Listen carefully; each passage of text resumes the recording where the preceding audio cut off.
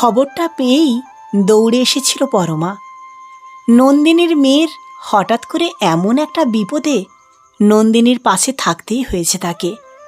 College থেকে ফেরার পথে এক বাইকের ধাক্কায় এমনভাবে হাতে চোট পেয়েছে যে ডাক্তার বলেছেন শুধু প্লাস্টার করলেই হবে না, হাতে প্লেট বসাতে হবে।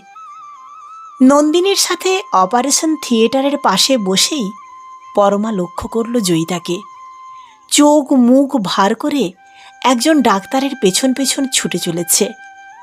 সেই ডাক্তারের চেম্বারে ঢুকে কিছুক্ষণ কথা বলার পরেই আবার বেরিয়ে আসে। তারপরে ছুটে যায় সেই ফ্লোরের ইনভেস্টিগেশন কাউন্টারে। সেখানে একটি মেয়ের সাথে কিছু কথা বলে ম্রিয়মাণ হয়ে চলে গেল।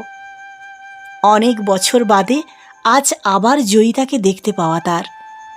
জয়িতার চিন্তিত মুখটা পরমার মনে